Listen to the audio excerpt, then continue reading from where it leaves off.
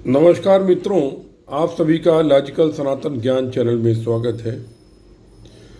इस चैनल में हम लॉजिक के माध्यम से और विज्ञान के माध्यम से सनातन की ऊंचाइयों को, हिंदुत्व की गहराइयों को जानने का, समझने समझाने का प्रयास करते हैं।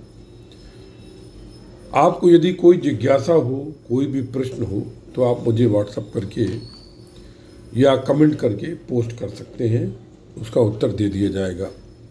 आज मुझे एक बड़ा अच्छा व्हाट्सएप प्राप्त हुआ, या यूँ कहिए मुझे कुछ सामग्री मिली जो मैं आपके साथ शेयर करना चाहता हूँ। ये व्हाट्सएप में इन्होंने बड़े अच्छे प्रश्न लिखे हुए हैं और उनके कुछ उत्तर दिए हैं, लेकिन उन उत्तर से मैं सेटिस्फाई नहीं हूँ, संतुष्ट नहीं हूँ। तो मैं उस पोस्ट को एक तरह से आपके माध्यम से शेयर करना चाहता हूँ। इसमें इन्होंने लिखा है कि इसमें 23 मैसेज हैं और वास्तव में ये बहुत अच्छा एक पोस्ट है। मैं सराहना करता हूँ कि सनातन के ऊपर इस तरह की पोस्ट होनी चाहिए और लोगों को मालूम होना चाहिए। तो इसमें पहला प्रश्न उन्होंने किया है कि जीवन का उद्देश्य क्या है। जिसे हम बोलते हैं, हम भी पूछते हैं लोगों से, सबसे पहले ये बताओ तुम्हारा लक्ष्य क्या है। ये बहुत लाख टके का प्रश्न है। यदि आपको ये मालूम पड़ गया कि आपके जीवन का लक्ष्य क्या है, आपका उद्देश्य क्या है जीवन का, तो निश्चित रूप से आपको बहुत सहयोग होगा और आप जान सकेंगे। लेकिन ये उनके लिए नहीं जो आत्मा परमात्मा नहीं मानते हैं, वो उनसे भी ये प्रश्न उनके लिए भी सार्थक है कि तुम्हारे जीवन का लक्ष्य क्या है। एक बच्चा पैदा करना, 2 बच्चा पैदा, क्योंकि कुछ धर्मों में केवल आबादी बढ़ाना और दूसरों को मारना ही लक्ष्य होता है, लेकिन सनातन ऐसा नहीं सिखाता है। सनातन के अनुसार तुम्हारे जीवन का लक्ष्य क्या है। तो मित्रों, जीवन का लक्ष्य होता है, देखिए इन्होंने जो उत्तर दिया है वो उसी चेतना को जानना, जन्म मरण के बंधन से मुक्त है उसे जानना ही, या मोक्ष इत्यादि लिखा है। लेकिन ये सीधे सीधे समझ में नहीं आएगा। हालांकि हमारे वहाँ अर्थ धर्म काम मोक्ष, हमारे वहाँ सनातन का सार है, लेकिन ये इसका उत्तर नहीं है। व्यवहारिक प्रश्न तो ये है कि हर मनुष्य जाने अनजाने में जो भी कर्म कर रहा है वो सुख और शांति की प्राप्ति के लिए कर रहा है। सुख के लिए, और सुख भी क्यों, शांति के लिए। लेकिन वो वाहिक जगत में जब सुख को, शांति को ढूंढने का प्रयास करता है तो उसको और छटपटाहट होती है, क्योंकि वो अस्थायी सुख होता है। आनंद मनुष्य का मूल स्वरूप है। तो मनुष्य के जीवन का उद्देश्य क्या होना चाहिए? स्थायी आनंद को प्राप्त करना, स्थायी आनंद को प्राप्त करना। अच्छा, स्थायी आनंद को प्राप्त करने के पश्चात ये उसी मार्ग पर मिलेगा जो सनातन ने बताया है। और फिर जो हमारे वहाँ वेदों में महावाक्य दिए गए हैं 4 अपने, क्योंकि वेदों का निर्माण भी इसीलिए किया गया है कि तुम जान सको ब्रह्म क्या है, तुम ही ब्रह्म हो। अपने मूल रूप को, अपने जो स्वाभाविक तुम्हारा जो जिसके कारण जन्म हुआ, इसीलिए हुआ कि तुम अपने मूल रूप को प्राप्त कर सको, अपने मूल रूप को पहचान सको। तो क्या हुआ, मतलब सबसे पहले आपको अपने स्थायी आनंद, इसके द्वारा स्थायी शांति, और इसके द्वारा आपको मालूम पड़ेगा आपका मूल रूप क्या है। फिर दूसरा प्रश्न है, जन्म और मरण के बंधन से मुक्त कौन रहता है?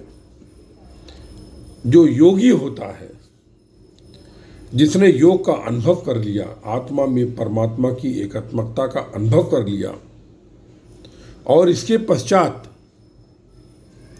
जो योगक्षेम हो गया, यानी जिसके योग की रक्षा हो गई।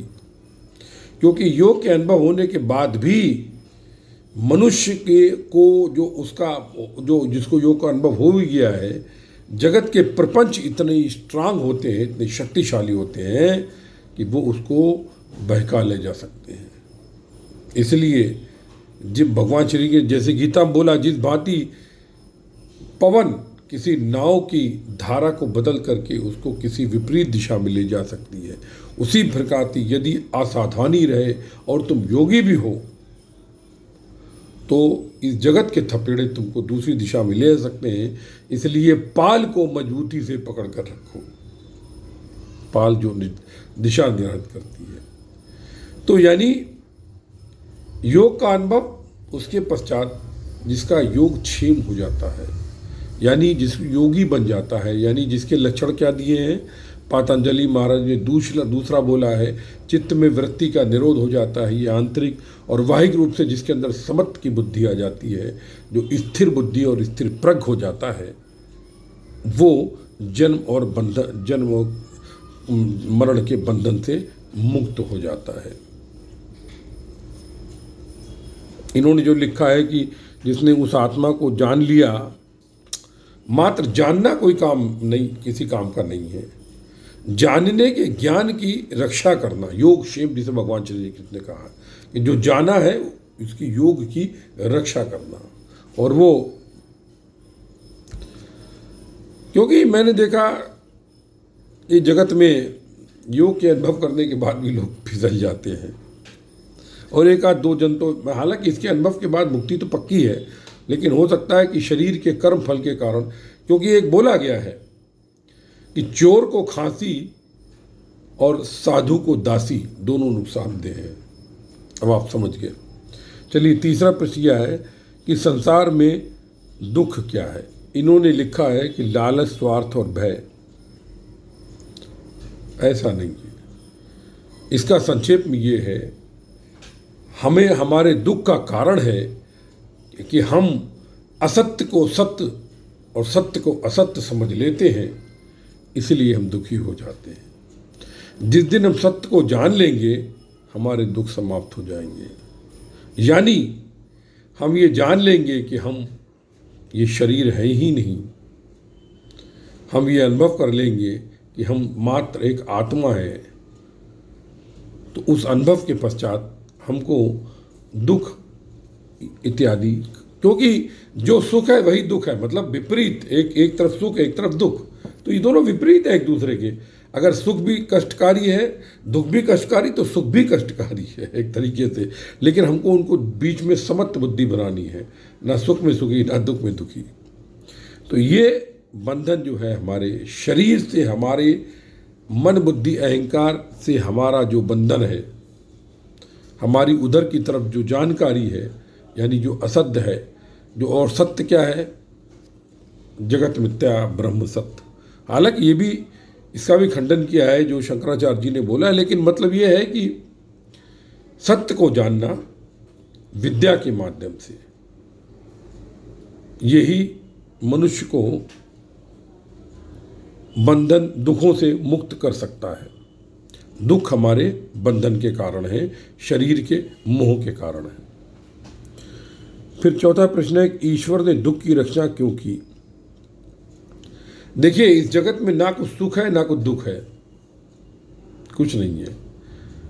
यदि सत्य के स्वरूप में जाओगे तो ना कुछ सुख है ना कुछ दुख है। ये शरीर की क्रिया है, ये इस जगत की क्रिया है, और ये जगत केवल दो तत्व तुम्हारे छूट गए, भूमि और जल, छूट जाएगा। तो ये दुख ईश्वर ने नहीं बनाया है, ना सुख ईश्वर ने बनाया, ना दुख ईश्वर ने बनाया। ये सुख और दुख तुम्हारे मन की अवस्था है। फिर उन्होंने कहा, क्या ईश्वर है, कौन है वे, क्या रूप है उनका, क्या वो स्त्री और पुरुष है। तो इन्होंने इसका उत्तर दिया, कारण के बिना कारण नहीं, ये संसार उस कारण के अस्तित्व का प्रमाण है, तुम हो इसीलिए वे भी। उस महान कारण को अध्यात्म ईश्वर कहा गया है, वो ना स्त्री ना ही पुरुष है। देखो, ईश्वर क्या है, जो सगुण निराकार ऊर्जा जो पहले सुप्त थी।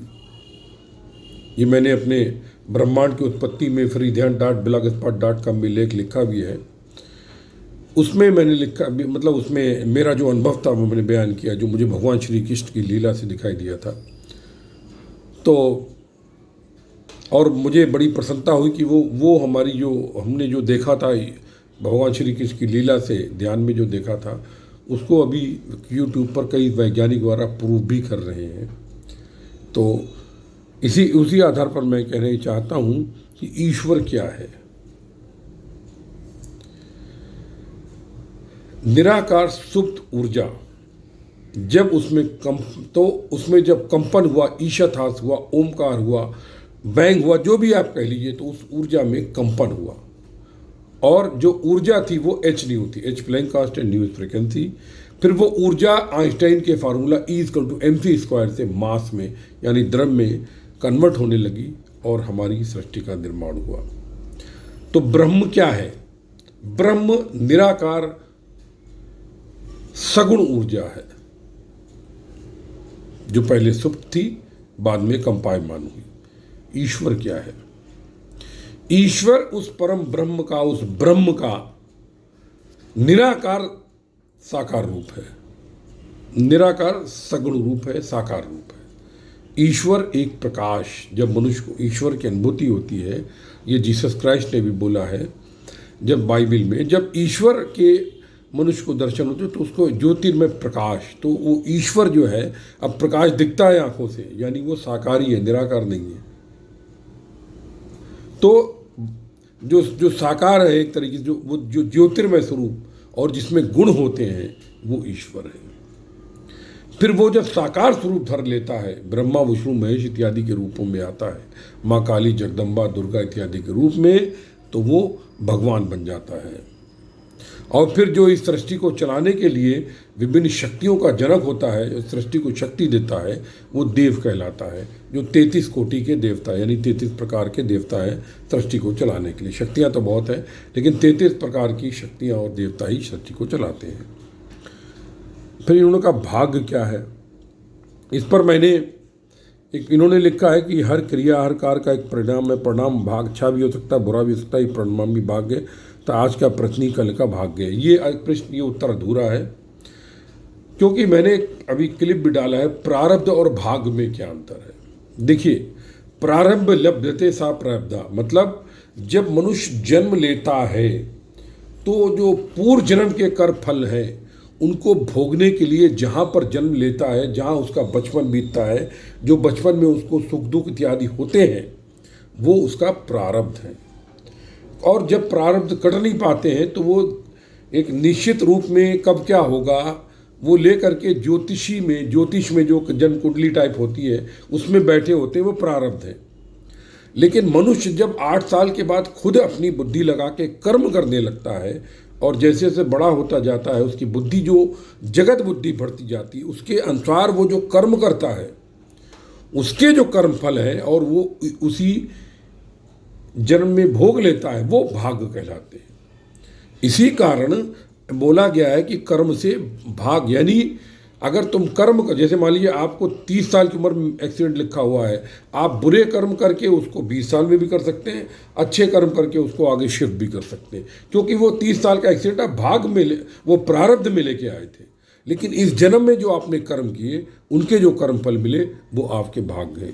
तो यानी भाग्य मनुष्य ही बनाता है और मनुष्य बना सकता है और दुर्भाग्य मिटा सकता है, लेकिन प्रारब्ध को मनुष्य ना बना सकता है ना मिटा सकता है, क्योंकि वो पूर्व जन्म के कर्मों से आता है।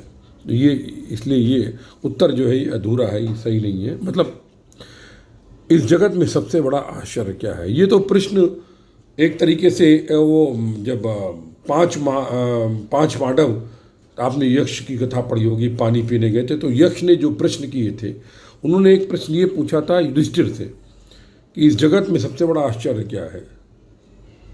तो उन्होंने कहा कि मनुष्य रोज लोगों को मरते देखता है, लोग इस नश्वर शरीर की लीला देखता है, लेकिन फिर भी उसको सत्य मान बैठता है और वो ये सोचता उसके साथ ऐसा नहीं होगा, हम बहुत लंबे समय तक जीवित रहेंगे। ये आश्चर्य है कि मनुष्य उससे कुछ सीखता नहीं। ये युधिष्ठिर का संवाद जो यक्ष का वो आप देख सकते हैं। 8वां प्रश्न है, किस चीज़ को गंवाकर मनुष्य धनी बनता है। सही बात तो ये है, आप मूल रूप में जाएं तो ना हम कुछ लेकर आए थे और ना हम कुछ लेकर जाएंगे।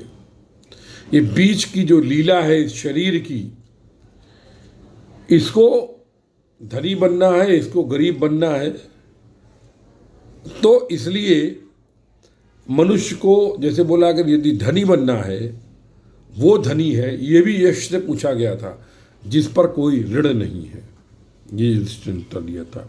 जिसके ऊपर ऋण है वो निर्धन है, चाहे कितना पैसा हो, वो तो पहुँचे पैसे से, क्योंकि वो भोग कर रहा है, वो उऋण नहीं है। जिस पर ऋण नहीं है वो सुखी है, वो धनी है। ये युधिष्ठिर का उत्तर है ये। अच्छा, फिर क्या है कि इन्होंने लिखा है लोभ, वो गलत है, वो सही नहीं है। कौन सा एकमात्र उपाय है, नवा प्रश्न है, कौन सा एकमात्र उपाय है जिससे जीवन सुखी हो जाता है? अब चक्कर ये है कि ये प्रश्न जब तुम अंतर्मुखी होकर आत्मा में स्थिर हो जाते हो तो तुमको ना सुख रहता है ना दुख रहता है। और तुम जब ये जान लेते हो कि सत्य क्या है, कर्ता केवल ईश्वर है, तो तुम दुखी नहीं होते हो। तो इसका उत्तर इन्होंने जो दिया है कि जो है कि क्या कहते हैं कि जिससे सुखी है, अच्छा स्वभाव ही सुखी होने का उपाय, ये कुछ मेरी समझ में नहीं आया इसके, क्योंकि इसकी बहुत व्याख्या हमारे वहाँ सनातन में की गई है। तो सुखी यही है कि जगत से अपने को उदासीन कर लो, सुखी हो जाओगे। क्योंकि जब दुखी नहीं होगे तो सुखी हो गया ना।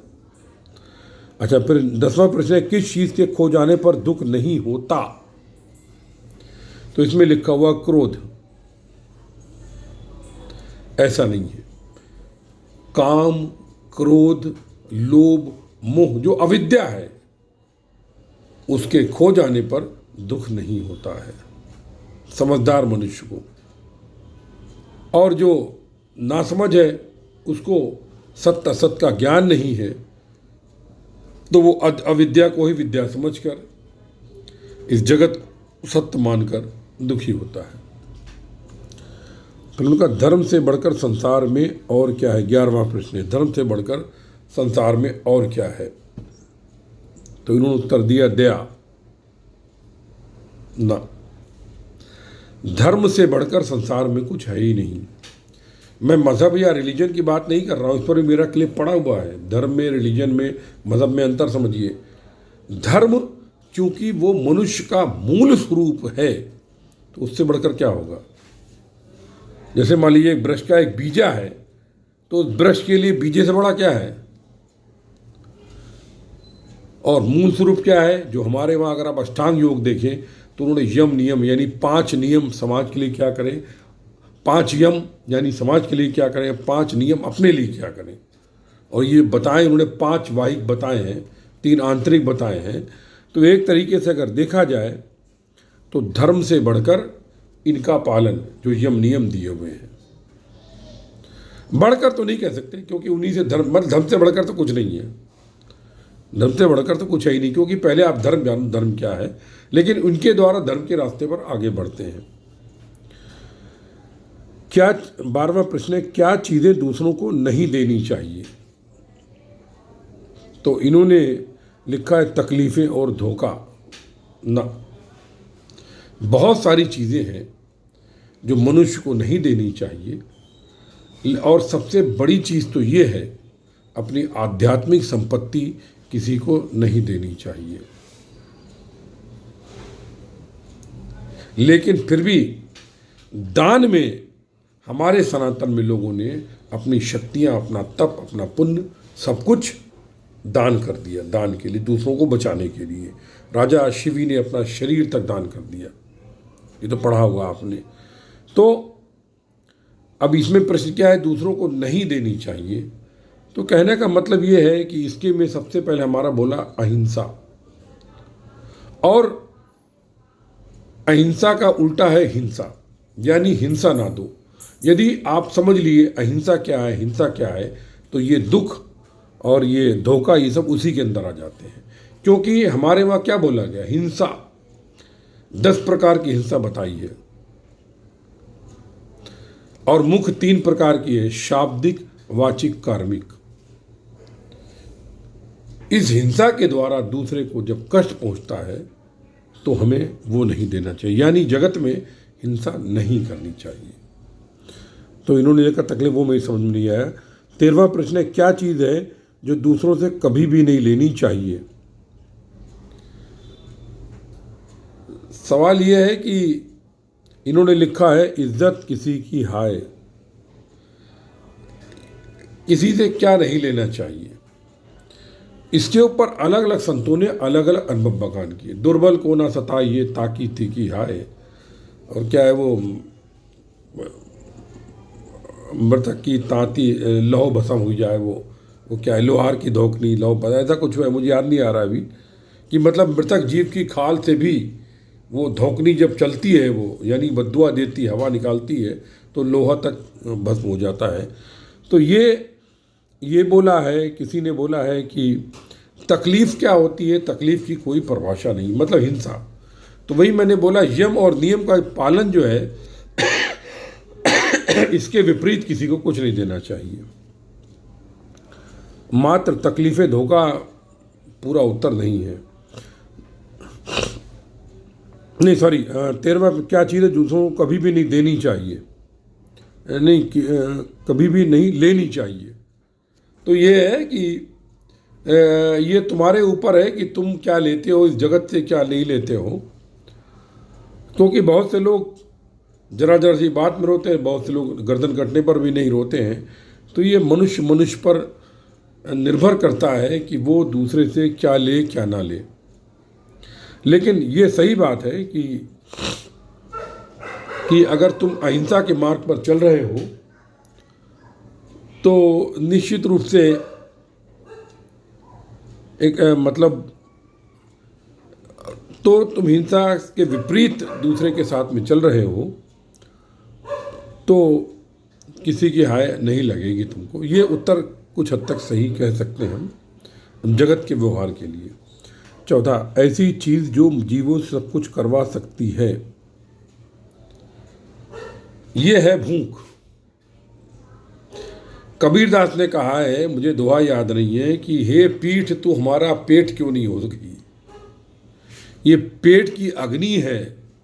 एक गीत भी है, मुझे याद पड़ता है, भूख ने हमको जन्म दिया है, प्यास ने अपनी गोद में पाला, दाएं हो पर्वत बाएं हो नदियाँ, बीच में रास्ता हमने निकाला, रह गए पीछे सब बुत खाने, अपने वतन के हम दीवाने। तो इस तरह की जो बात की गई है कि मजबूरी मतलब क्या है कि सारी चीज़ें, यदि मनुष्य की भूख ना हो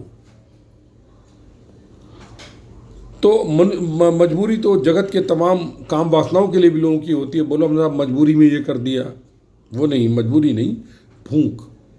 इसका सही उत्तर भूख होगा।